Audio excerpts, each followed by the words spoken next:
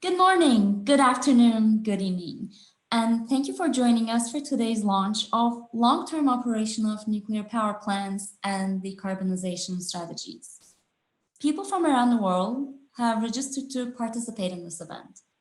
To ensure a stable connection, and considering the large number of attendees, your video and audio functions have been disabled. You can still actively participate in the discussion by expressing your views, sending us your comments, and asking questions using the Q&A feature. Please note that we may not have enough time to take all of your questions, but we will do our best. Finally, today's discussion is being recorded and will be made available online in the near future.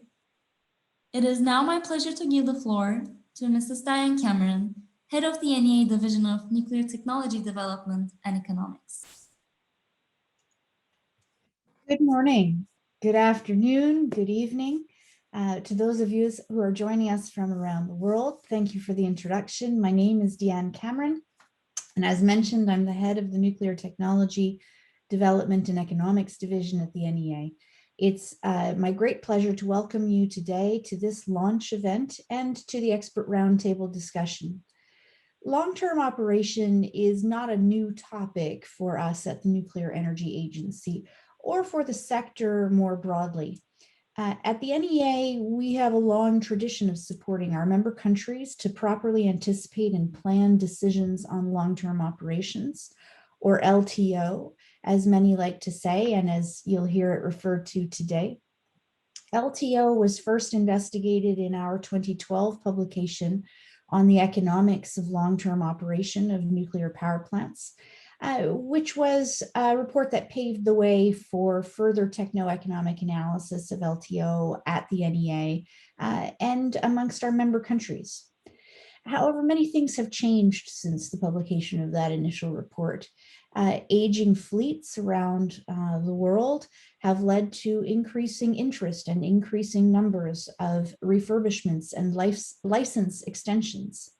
The 2015 Paris Agreement has accelerated decarbonization strategies, and we see a renewed emphasis in recent years on climate change mitigation, really surfacing the conversation again about the role of nuclear power and the role of long-term operations. We also see increasing challenges across existing electricity markets in many jurisdictions, just to name a few of the changes and drivers that have changed since 2012. That's why in 2018, the NEA established the expert working group on maintaining low carbon generation capacity through long-term operation of nuclear power plants. This group, you'll hear referred to as EGLTO, as it has come to be known, was formed to consider economic, technical, and policy aspects and to address key policy, regulatory, technical, human, and economic aspects necessary to enable long-term operations during our transition, our global transition towards a low carbon economy. The main findings of the EGLTO have been reflected in the report that we are launching today, titled Long-Term Operation of Nuclear Power Plants and Decarbonization Strategies. LTO decisions are complex and require the simultaneous evaluation of multiple factors and dimensions. This holistic approach is at the core of our new report. And for this reason, today's event includes a presentation of the key findings of the new report, but also a short briefing, an overview of the legal aspects and legal frameworks for long-term operation based on the findings of a 2019 report on legal frameworks of long-term operation of nuclear power reactors, led by NEA's Office of Legal Counsel, as well as a panel discussion involving key industry players to share their experiences from the private sector perspective on refurbishments and license extensions to support long-term operations for different reactor technologies. And we've invited a young leader from the North American Young Generation Nuclear to moderate our industry panel today, since the younger generation are the key for the future of the nuclear sector, and because to some extent the decisions taken today about the future long-term operations and future electricity mix will create the future that they will inherit And so we think it's fitting to have a conversation today that brings together experts and leaders across generations. Without further ado, I'd now like to introduce Antonio Valla-Soler, nuclear energy analyst from my team at the NEA, to present the new report on LTO on behalf of the expert working group. Antonio has been a nuclear energy analyst at the NEA since 2018. He specializes in techno-economic analyses in areas such as long-term operations, as well as nuclear cost reduction opportunities, Generation 4, and small modular reactors. More recently, he's been leading initiatives related to digital transformation and cost reduction. Prior to joining the NEA, he was a project lead engineer at Framatome in charge of safety studies of the French fleet, He holds a master's degree in nuclear engineering from Supélec and an MBA from Université de la Sorbonne in France. Antonio, the floor is yours. So thank you, Diane, for the introduction and welcome everybody to the event. First of all, before we're starting with my presentation, I would like just to take this opportunity to, as Diane explained, to highlight that this is really the result of a collective effort with the EGLTO expert group. And I would like to thank all the experts, reviewers, and people that participate in all the meeting, and in particular the chairs, Arnaud Mert and Jan-Erik Lindbach, and also the former NEA Secretariat member, Marc Defresne, who all of them lead this report and also contributed to its success and realization. So with this introduction, now let me move to the motivation of the study. So really, this report starts from one single fact, observation. On the one hand, we see how nuclear power is the second largest source of low carbon electricity globally, the first in OECD countries. At the same time, it provides benefits in terms of affordability and security of supply, and we will explain this during the presentation. However, we see how early closures take place, are observed, and if we look at the period between 2011 and 2025, we see that in fact 60% of these closures are motivated by policy-driven decisions, either phase-out policies or challenges with existing markets. So in a context when we see a fleet aging, nuclear fleet which is aging, and countries really committing to more ambitious decarbonization strategies that will push LTO to play a growing role, it's important to highlight the evidence, the opportunities and challenges around LTO. As governments, we have a key role to play here. Also, we took a look at what really happens, especially in the short term, when we replace a nuclear power plant. The idea behind is quite simple.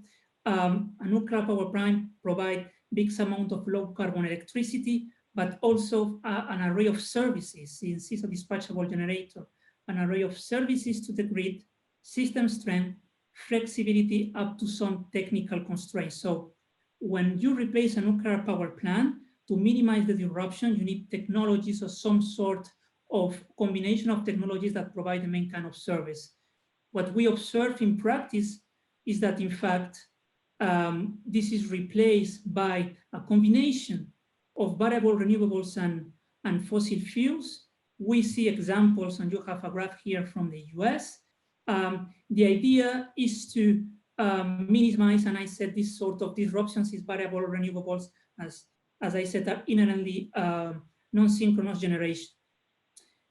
The idea is to really build on the role of a low carbon mix. So if you have low carbon capacity, the first thing is avoid its closure, keep them the option open, and at the same time try to combine all the solutions in order to effectively displace fossil fuels, which are the enemy in this story.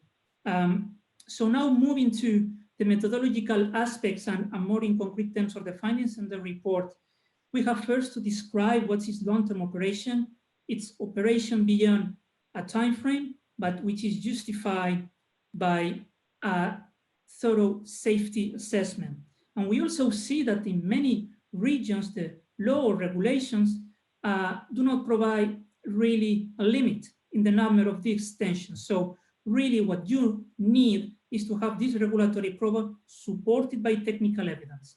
But at the same time, if you want to identify the key enablers, you really need to see to the context where these assets are playing. That's why we adopted, and Diane already mentioned this holistic approach, looking at the internal capabilities and the policy context to identify the key enabling factors of long-term operation. So first, I will focus on the internal capabilities, really the features of long-term operation that will support ambitious decarbonization strategies. This is really built on the framework of the energy trilemma. Of course, if we are moving to a low carbon economy, decarbonization is important, but a sustainable approach, this can be done at the expense of affordability and security of supply. So we will explore this dimension and also provide some technical insights and performance insights of long-term operations. And I will then address the economic aspects, taking a look into the market size and the conditions to recover this investment. At the same time, what is needed to have the ability to operate these plants longer, the supply chain considerations. So focusing now on the key features, the first thing is about the decarbonization dimension. So long-term operation is not about reducing emissions, it's about avoiding them and manage these emissions in a more predictable manner, since we can decide when to close a nuclear power plant facing less uncertainties than, for instance, where new innovations will be in the market or where new capacity will be built. When we combine long-term operation with new build, in the short term, we see that we keep up with 2030 climate targets. And at the same time, if we place ourselves in a high LTO scenario, and we assume that the existing fleet, the light water reactors can operate, and pressurized heavy water reactors mainly, can operate until 80 years, we see how the combination of LTO with new build could almost bridge the gap towards carbon neutrality. It's important to highlight, since LTO is a ready-to-deliver solution, that this provides also a flexible manner to absorb potential shortfalls in emissions reductions if the policies do not provide the expected results. Moving to the affordability and investment efficiency side, as we already highlighted in the IEA-NEA projected cost of electricity publication, long-term operation is the most competitive low-carbon option. It also provides system cost benefits and external cost reductions, such as air pollution and climate change benefits. But 2 points here to highlight. The additional time that long-term operations provide also has value in terms of it's an opportunity to smooth investment trends, optimize industrial plans. This time can be used for other technologies to develop and to reach commercial viability. But a point that is really important, even, and we will explore this later, even if the LCOE or in a LCOE basis we are competitive, this does not necessarily mean that we are going to recover the investment. We need market that reflects also the value that long-term operation provide. If we now focus on the security of supply, especially in Europe, we all know that nuclear power plants have dispatchability attributes that smooth the technical and economic behavior of the electricity system. Here you have an example from France during the pandemic times, how the fleet enabled the eruption of high shares of renewables in a context of low demand, also stabilizing prices, and thus all the system earned more money. Then we also see, of course, coal being shut down in Europe, and some nuclear units. The result is that we will have a big gap of capacity out of the system, creating a stress in the system with higher shares of renewables. The idea is to see LTO as really a technological hedge against this system adequacy supply, security of supply risk that may arise. In fact, in some countries, we already see that around 2025-30, some countries will rely on not on their capacity, but on really imports to meet their peak demand. Now, moving to the technical aspects. In fact, and supported by technical evidence and research and development and actual operating experience, in fact, we don't see any major technical barrier for long-term operation. All the components can be replaced for light water reactors, except for the reactor pressure vessel and the concrete containment building. These are life-limited components that at the same time, the aging phenomena is really well-known, understood, can be predicted, and of course, operators can take corrective actions when necessary. And we have also to abandon this idea that existing nuclear power plants are static assets. As I already mentioned, most of the components can be replaced, but also they can be retrofitted, enhanced. For instance, power upgrades, INC upgrades, or even we can, during LTO, increase the maneuverability of these assets to support flexible operations. So as long as we have regulatory approval and all the investments performed and all the age management practices in place, no major technical barriers will appear for long-term operation.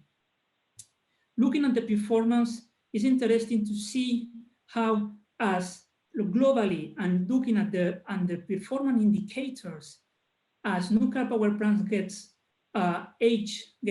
older, we see in fact that they perform better. This can be explained thanks to a combination of several factors. Of course, we can replace most of the components, but what I would like to highlight is really the organizational aspects behind this, the operational experience, in fact.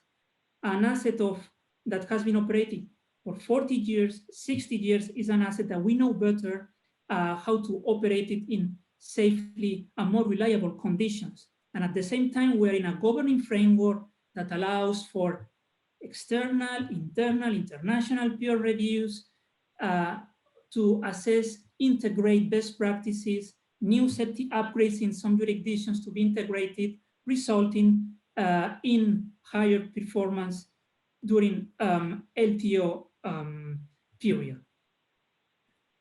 So now moving to the economics. It was doing this exercise with the LTO, it was not easy to identify one single number to the LTO investments, because the cost of long-term operation really depend on each plan, on the operational experience on the historical investments. What we could really identify was really a baseline of regular maintenance, short-lived components that could be assimilated as a fixed operational maintenance cost. And beyond this, as we are approaching 30, 40 years, depending on the design, we have investment, an excess of investment that spikes. And this is really the LTO investment that can be estimated, according to our data, between 450 and 900 US dollars per kilowatt electric. Behind this, we have mainly the replacement of heavy components, post-Fukushima upgrades, and LTO program, including project management, interfaces with regulators, age management, maintenance, and so on. At the same time, we see that these costs are predictable and well contained. We don't have to forget that we have around 30% of the existing fleet already in LTO conditions, a sufficient volume order book of project that sustains capabilities, sustains learning, results thus in lower construction cost, and the result is in fact that most of the operator can accommodate the financing of these projects in their own balance sheet, since they are affordable and have low construction risk. However, what about the market? And this is the idea of we can be competitive, but we may not recover the investment. And in fact, what we see in some of the regulated markets, they have their merits to optimize dispatch in the short term, but in the longer term, especially with low carbon investment with high fixed costs, they fail to provide the right incentives in the long term to trigger these investments. And we see, in fact, that in Europe, most of this investment has been incentivized by specific support mechanisms that have served to gain some experience and in theory could be extended to existing nuclear assets if necessary. It's interesting to now to provide some sort of granularity on where in fact some sort of policy action could be effective to support the competitiveness of long-term operation.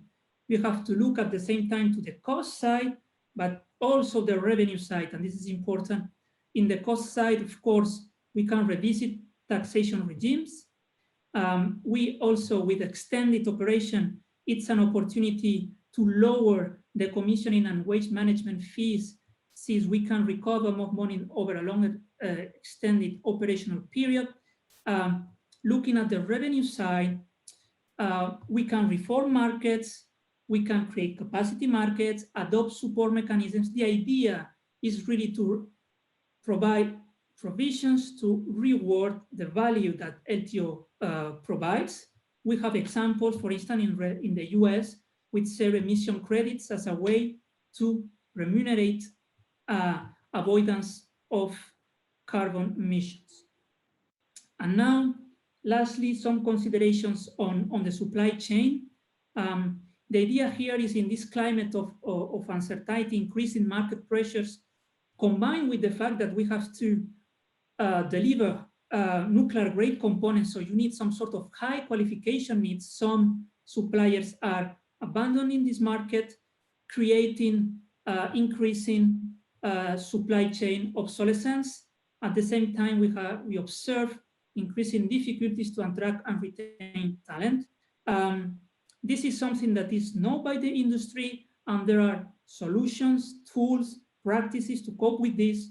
For instance, commercial grade education, high collaboration and harmonization, reverse engineering, and also human resource and knowledge management. The idea is that to integrate all of these aspects in an industrial policies, in fact, that give the necessary visibility, predictability to the industry, and also create this functional framework that encourage all parties to interact, to collaborate, for instance, regulators, academia, operators, to sustain skills at all levels. And to finish, just 4 messages. You have all the recommendations in the report.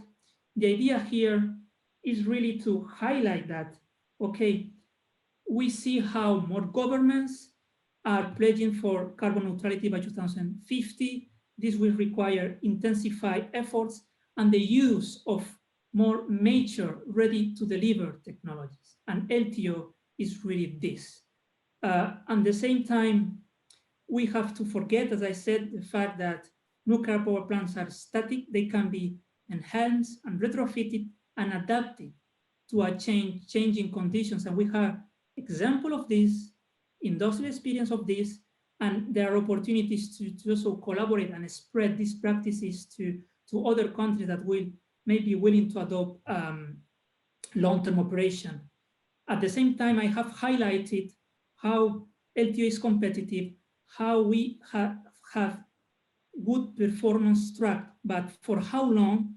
The idea is we really need to provide these long-term policies to protect the supply chain, to make sure that the skills, that the suppliers will be there to support operations for longer timeframes. And finally, the important to recognize all this value that I highlighted with markets that reward, that put a price on this in order to enable long-term operations and highlight that governments really have experience on this and for other technologies and could be extended for long-term operations. With this, I finish and I hand it out again to Diane. Thank you, Antonio, for that excellent presentation, for an excellent report that we are launching today. And thank you also to the expert working group and all of its members. This is a seminal report. This is a really important set of key findings that needs to be well understood and well communicated to nuclear energy policymakers, but also energy policymakers, clean energy policymakers, and climate change policymakers more broadly. The findings are quite dramatic, that long-term operations are the most cost-effective way of driving down emissions towards net zero. Really, the implications of that, the policy implications are quite significant in terms of the role that nuclear can play in a clean energy mix. And so I thank you for your work, and I look forward to working together and with our partners in the working group and with other partners in industry and beyond to really share these messages and share the excellent work that's been done with these broader audiences, in particular over the coming months and in the lead up to important conversations about climate change on the global stage in the fall. I would now like to turn to introduce Lisa Teal, who will provide a briefing on the legal aspects, the legal frameworks for long-term operations on behalf of the NEA Working Party on the legal aspects of nuclear safety. Lisa is Senior General Counsel at Canada's nuclear regulator. That's the Canadian Nuclear Safety Commission. She brings legal and strategic expertise to the CNSC's Executive Committee, and she leads the in-house legal team that provides legal support across all business lines throughout the organization.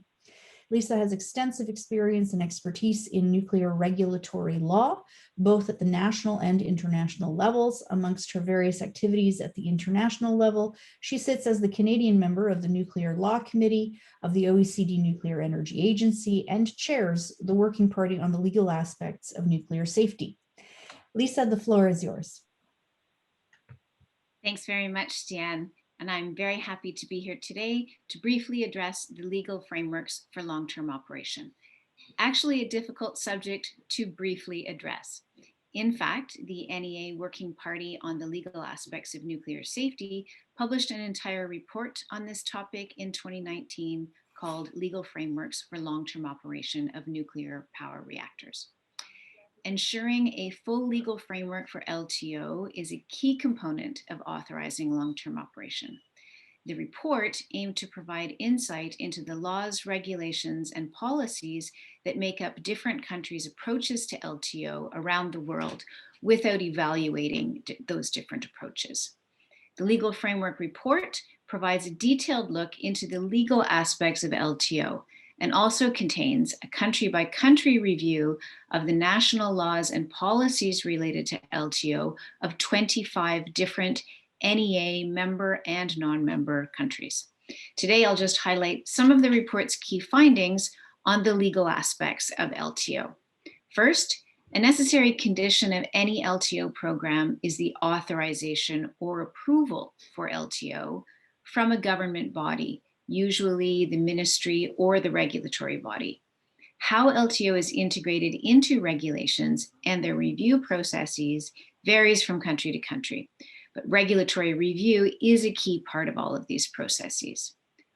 One of the regulatory aspects that has implications for LTO processes is the choice of the length of authorization term of an NPP. Typically, there are two types of initial authorization terms, either a specific time-limited term or an indefinite duration. Most countries use a specific time-limited initial authorization term, often 30 or 40 years. The regulatory provisions of those countries foresee longer operating timeframes via a specific authorization for extended operation. That authorization is granted after assessing the capability of a plant to comply with safety requirements over the LTO period. The time usually considered for the LTO term is 10 to 20 years. It's worth noting in this regard, though, that in most cases, there is no legal limit on the number of renewals of the LTO operation. On the other hand, some countries have adopted an indefinite authorization for nuclear operations, and an NPP subjected to this type of licensing can continue to operate as long as it complies with the safety requirements with no time limitation. In those countries, no specific authorization for LTO is required. Regulatory approaches to LTO have previously been described as either a periodic safety review, PSR, or license renewal. In fact, though, we found that regulatory practice shows most countries rely on the principles of PSR, and the LTO review and authorization may or may not include license renewal. So the regulatory approaches for the LTO review process appear to fall into three distinct categories: PSR-based review process, an LTO-specific review process, or a combination, PSR with an LTO-specific process. The hybrid PSR process combined with LTO-specific considerations takes advantage of the efficiency associated with traditional PSR processes while allowing some adjustments for specific LTO issues like aging. During any LTO review process, regulators evaluate whether a plant will comply with applicable safety requirements for the LTO period. And the scope of the regulatory safety review for LTO focuses on aging issues, improvements based on operating experience, latest knowledge, and new safety standards. At the same time, other issues may emerge from operating experience or recent developments, for example, and these aspects can lead to the introduction of new safety requirements. It's important to underline, though, that new requirements might not be related to LTO, may simply be the result of continuous safety improvements and PSR. In fact, most regulatory frameworks have processes for the introduction of new safety requirements as needed, and that's aside from the LTO process. Another important consideration for LTO is environmental impacts. An environmental impact assessment, or EIA, is a tool to assess the potential impacts on the environment of a specific project. Process typically includes specific documentation prep, consultations with members of the public, and evaluations by decision makers who are expected to integrate those assessments into their decision making. For most countries, the applicable legal framework requires EIA to be carried out before the initial licensing of a nuclear power plant. Many national legal frameworks also include an obligation to notify and consult with other countries whose environment may be affected by a project as part of their EIA requirements. The primary source of this obligation is the Convention on Environmental Impact Assessment in a Transboundary Context, the Espo Convention. The applicability of Espo to the LTO of NPPs has been the subject of much review for over a decade now. In late 2020, the parties to the convention endorsed guidance on the applicability of the convention to the lifetime extension of nuclear power plants. And this guidance provides criteria according to which the convention may or may not apply to LTO. The guidance does recognize that, quote, as there is no one-size-fits-all approach when assessing possible cases of lifetime extension, a case-by-case determination through the consideration of the principles and factors laid down in the guidance is recommended, end quote. As we all know, public interest in LTO projects is high, and another legal issue is the extent to which regulatory frameworks have legal provisions making the information on LTO review publicly available. In this respect, the Convention on Access to Information, Public Participation in Decision-Making, and Access to Justice in Environmental Matters, also known as the Aarhus Convention, establishes requirements regarding access to environmental information held by public authorities, as well as the collection and dissemination of environmental information by those authorities. Most countries' legal frameworks also include requirements that public authorities provide members of the public with an opportunity to participate in the decision-making processes for a wide range of nuclear activities. There are differing requirements regarding public participation as part of the LTO review process. Most countries have legal requirements to engage with the public in various forms, such as public hearings or public comment periods as part of their LTO processes, but there are instances where there are no specific legal requirements respecting public consultation in the LTO review process, primarily where there is no specific decision-making procedure specifically for LTO within the domestic law. So this ends my quick run through of the legal frameworks for LTO. Thanks so much for inviting me to be a part of this webinar today. It is important to keep in mind that the legal and regulatory requirements of any LTO review process need to be incorporated into the considerations as early as possible in decision-making on long-term operation. Thank you. Thank you, Lisa. That is such an important dimension to this conversation. And in fact, it actually serves to highlight a bit of a communications challenge as well around how we talk about long-term operations. And the idea that what we're talking about here are refurbishments and license extensions. Even though oftentimes you'll hear people use the term life extension instead of license extension. And that implies certain legal realities, I think. Life extension actually is perhaps a bit of a misleading term. It leads the general public or the lay audience to perceive that something is going on life support, say.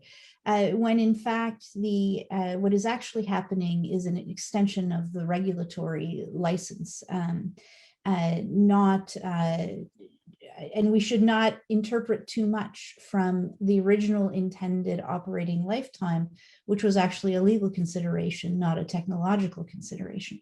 So we thank you very much for your comments on that. And now we'd like to turn to hear from industry panelists with their perspectives from their operating experience and their national perspectives. I'd like to introduce our moderator for the industry panel now, Matthew Prizmilowski. Matthew is the Canadian regional lead for the North American Young Generation Nuclear. He's a student at McMaster University studying engineering physics with a specialization in nuclear engineering, and he's currently working in the nuclear industry at AECON as a junior project coordinator.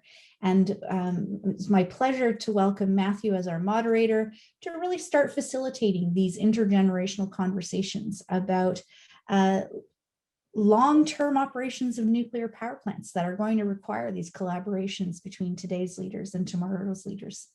The floor is yours, Matthew. Thank you, Diane.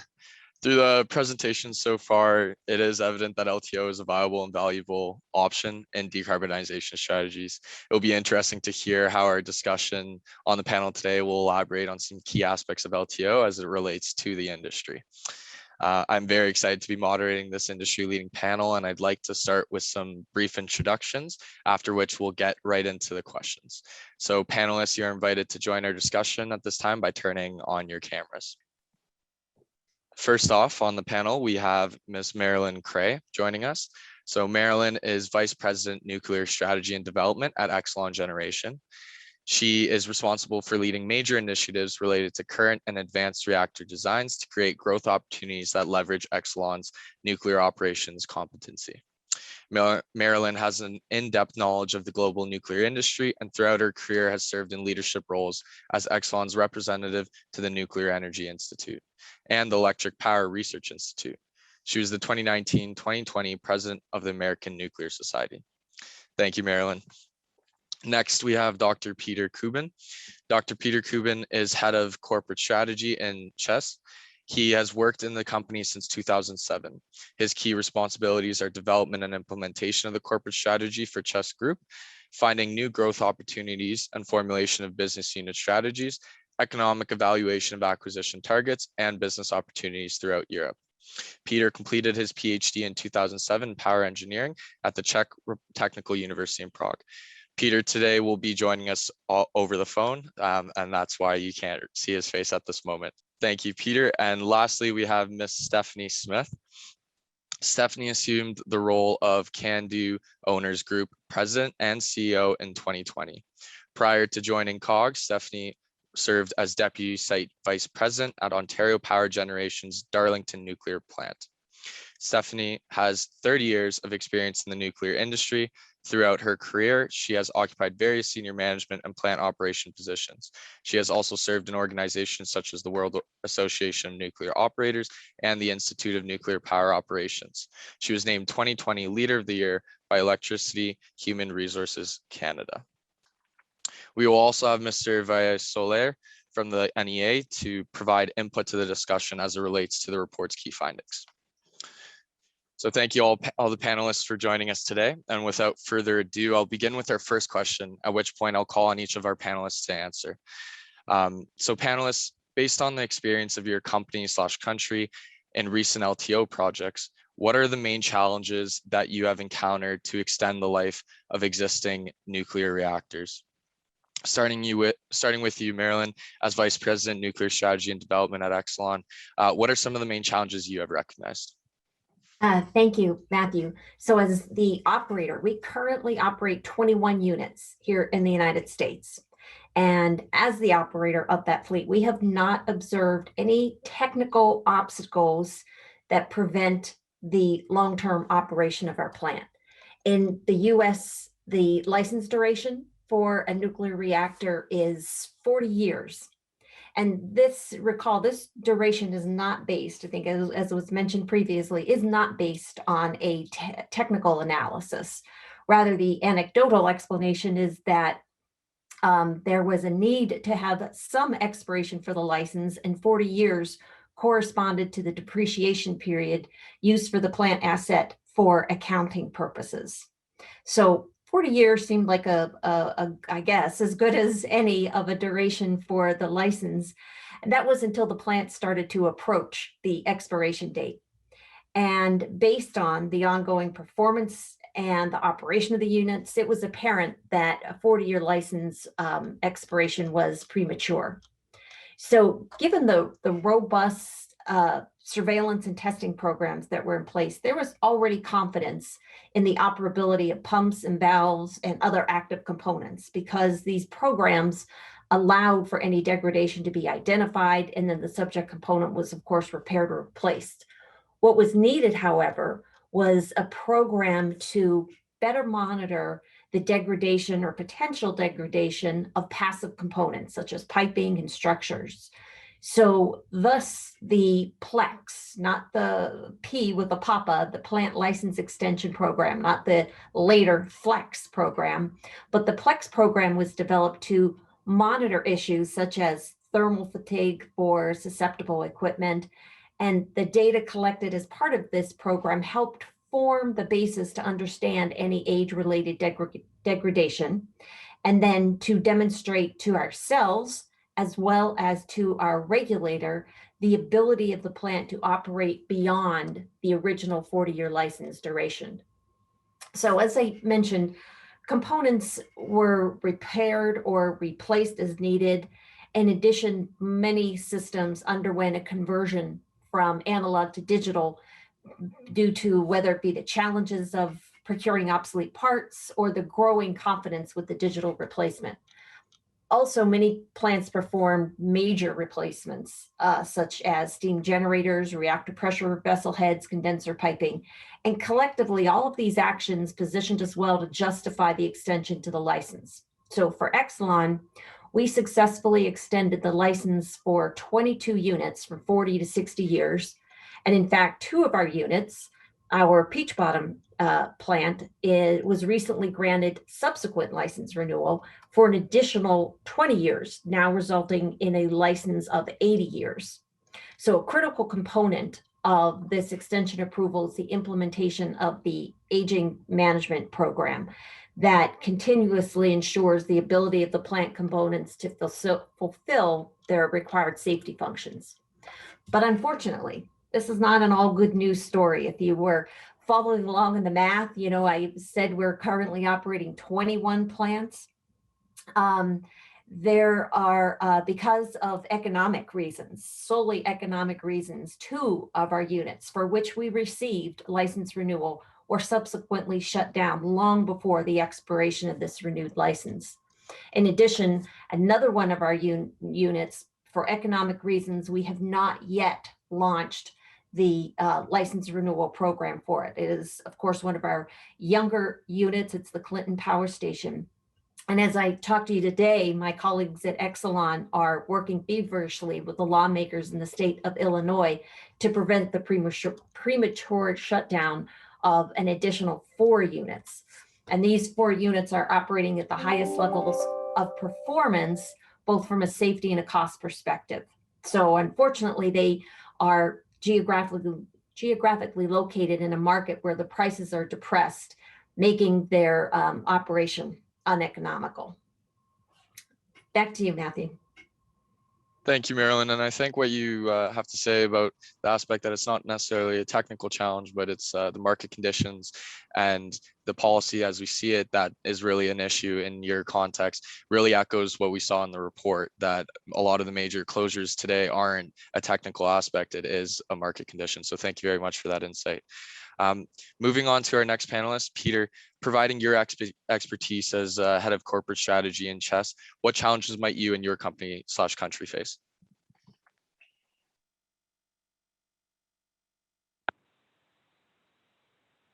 Hello, I hope you can hear me. Yeah, you're coming across great. Okay, because I'm blind, so thank you. Thank you very much for the introduction and for the opportunity to be as a panelist here. Of course, I would like to share the kind of experience with the challenges like LTO has.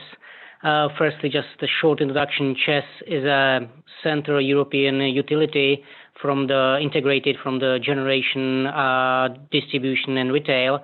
And in fact, nuclear has kind of one of the major pillar of our decarbonization strategy. So we plan to decommission our coal plants and then to focus more on the decarbonized generation. So therefore, LTO together with the new build of new nuclear units, we think that it's a major pillar of our strategy. We have in fact 2 locations, together 6 units. 2 units are 20 years old and 4 units are 35 years old.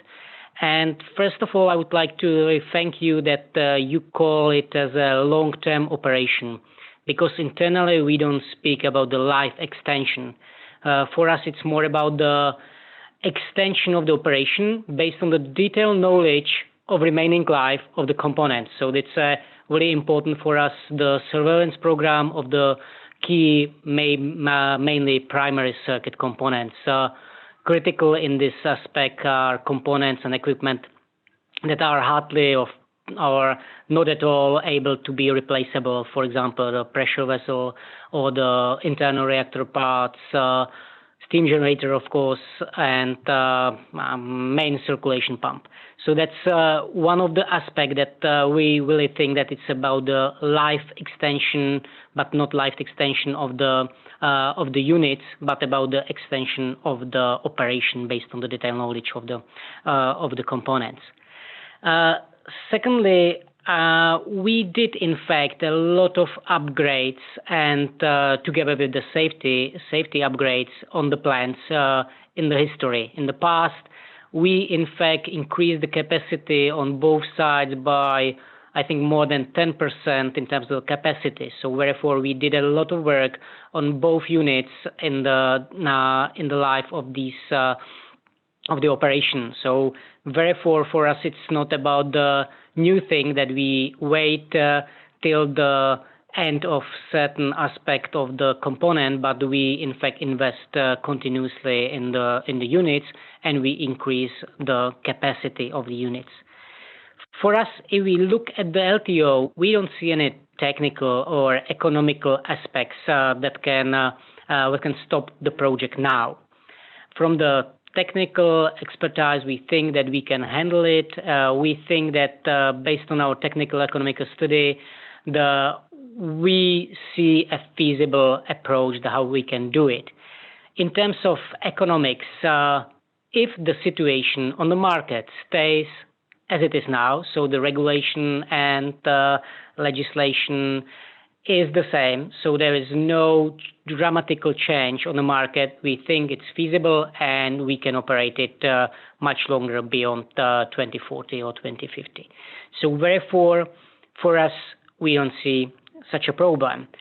For us, one of the key challenge, and I think that's together, and we heard about it, is about the licensing. Of course, for us to bring the clear evidence and of both equipment and the personnel as well, the compliance proof to the State Office for Nuclear Safety was critical. So in this respect, there are, of course, in fact, not only the challenges of the supply chain, but as well the challenges in terms of the people and how to attract the new talents, and both for the new talents for this LTO program and as well for the new nuclear. So therefore, these two biggest challenges are still in front of us. Thank you, Matthew. Thank you, Peter. That is definitely a different take compared to Maryland's, and that shows how different aspects or different parts of the world are facing different challenges in within LTO. And me being a young generation in nuclear, I can relate to the aspect of finding talent and supply chain. Lastly, let's turn it over to Stephanie. As President and CEO of COG, what challenges might you have identified? Yeah, so good morning, everybody. I'm calling in from Canada. So just quickly, the Canadian nuclear scene, we have 19 reactors, and our reactors are Canadian design. They are pressurized heavy water reactors, heavy water moderators, uranium fuel, natural uranium fuel, and our designs tend to be a little bit more complicated, a lot more moving parts than you would find in a similar BWR or PWR size. So currently in Canada, a lot of what Marilyn and Peter said applies. So technical, upgrading plants. So I think I'm just going to speak a little bit about another aspect, which is really around the public perception of nuclear power. Particularly in Canada, our facilities were built in the 70s and 80s, and they were at the time built in areas that did not have a lot of population. As the Canadian population has exploded, particularly in the south of Canada, a lot of these plants are now in areas that have higher population density. So for anything that's considering a long-term operation, there is an aspect of public perception, and a lot of the public perception about nuclear power, particularly older plants, that is a challenge to get the public to fully understand just how safe the technology is. In additionally, one of the other societal issues that we're struggling with as we continue and we're actually refurbishing quite a few of our units here in Canada, is a lack of skilled trades. So in the Canadian industry, we are struggling to get enough people to be able to support some of the work that we need to do to refurbish these units and continue their operation. So, there's the technical aspects, there's the regulatory aspects, but there's also the societal aspects. It's a very important thing that is considering when you're talking about long-term operation of power plants. So I'll just leave it as that. Thank you, Stephanie. That's very interesting. That's definitely Once again, a different context and a different way or challenges that you're facing. I find it very interesting. Me being from the GTA area, I can definitely understand the aspect of expansion and growing past. We've seen GTA explode within the last few years, and that definitely the concerns that are today were not concerns when they were put in place. Quickly, Mr. Soler, if you have any last minute comments on that question, please feel free to speak up. Just very quickly, I'm just, based on what I heard, we can really see and highlight how in fact this technical evidence is there. It's mastered by the industry, and really is no major technical barrier on this. And this is something, a message of the report, but something that we have to stress. If there's something that could inhibit long-term operation, depending on the region, of course, is going to be economics, is going to be maybe also supply chain, even if it's important to highlight that supply chain or skills issues also depend on different countries. Normally, those countries that have big fleets, standardized fleets, have also this capacity to sustain the market and attract. I also highlight, and this is something that Mr. Kubin said, see how LTO is also an opportunity to upgrade these plants and how you can increase the capacity, enhance your plant on a voluntary basis. So I keep it here. Thank you, Antonio. So as we're a little pressed for time, the second question is going to be a very brief one. It's kind of going to be a little bit of closing remarks. If you could answer panelists in 30 seconds or less, based on the first question, as a follow-up, if you could choose just one strategy to mitigate the challenges that you're facing, please address that. So Marilyn, we'll start with you. Mine would be easy. It would be the economic, whether it be market reform, either at a state or national level, to make the business case compelling to keep the plants running. Thank you, Marilyn. Peter, on to you. Clearly set up the CLEAR program so that everything is under the CLEAR program, and that in fact generally there are no guidelines yet, so therefore this program is important. Thank you, Peter. And lastly, Stephanie. Yeah, so from a government perspective, I think governments need to support funding that enable research capability to be maintained to support the industry as it moves forward. And I'll just leave that as that. Thank you. And I think all of those challenges are echoed in the report, and all of those strategies would also be viable in order to help realize LTO and make it a reality. So as some closing remarks on my end, I wanted to thank you, distinguished panelists, for the valuable insight. It was an honor to have you all here today. One thing mentioned today that really resonates with me from Peter, as well as echoed across the board with Stephanie's comments as well, was the aspect of attracting and retaining new talent. This really hits home with me, if I may, from a perspective as a young professional just starting my career. I chose this industry because in grade 11, when I was deciding my path, I wanted to make a difference in this world for the better. And I think it is important for industry leaders, companies, suppliers, and utility providers alike to understand the motivation of the youth today. Wages and a technical challenge are no longer enough to attract talent. The youth today are motivated by a strong sense of corporate social responsibility. We want to work in a field that is bigger than just ourselves or bottom line, and rather is striving to take a proactive stance on climate action, which is very positive for nuclear energy, as it is well positioned to be a part of that solution that our very existence relies on. If this message is conveyed accurately and effectively, whether it's through those government programs, public outreach, student programs, I'm sure that individuals like myself will follow suit into this industry. With that, I thank you all for our time, and I'll turn it back to you, Diane. Thank you. Thank you, Matt, Marilyn, Stephanie, Peter, and Antonio for an excellent and interesting dynamic conversation. I'd just like to reflect back how I understood today's conversation. Essentially, some of the things that I heard. That there are several conditions necessary for success here beyond technical feasibility. Beyond technical feasibility, which is of course the first and necessary condition for success, we also need to maintain viable supply chains with a talent pipeline And that includes, amongst others, skilled trades and the next generation of leaders. We need to maintain legal and regulatory enabling frameworks. The market conditions need to recognize the value that is added into power markets by long-term operations of nuclear. The policy frameworks need to recognize the role of nuclear in low carbon strategies. The sites and the public confidence around those sites and public confidence more broadly need to be there in order to support that social license that's necessary for nuclear power operations. And we need to be cognizant, because we're talking about long-term operations, about how these different conditions for success evolve and change over time. That's why the conversations like the one we're having today are so important. There are several different actors that need to be playing their respective roles in order to maintain these different conditions for success: technology, supply chain, legal, regulatory, market, policy, sites, and public confidence.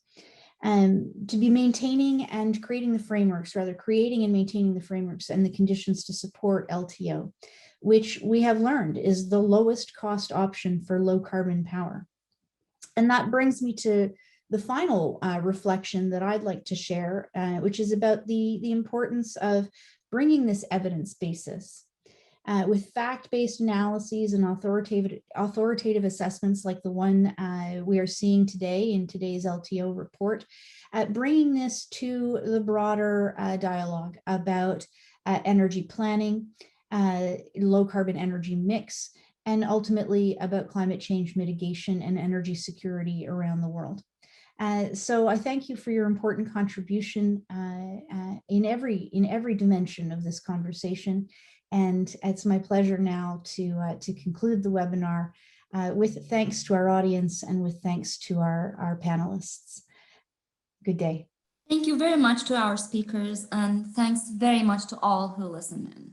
We appreciate your participation. Today's event has been recorded and will be available online in the coming days. You can also follow the NEA on Twitter and LinkedIn to keep in touch with us and receive updates on our programs and events like this one. Thank you, and goodbye for now.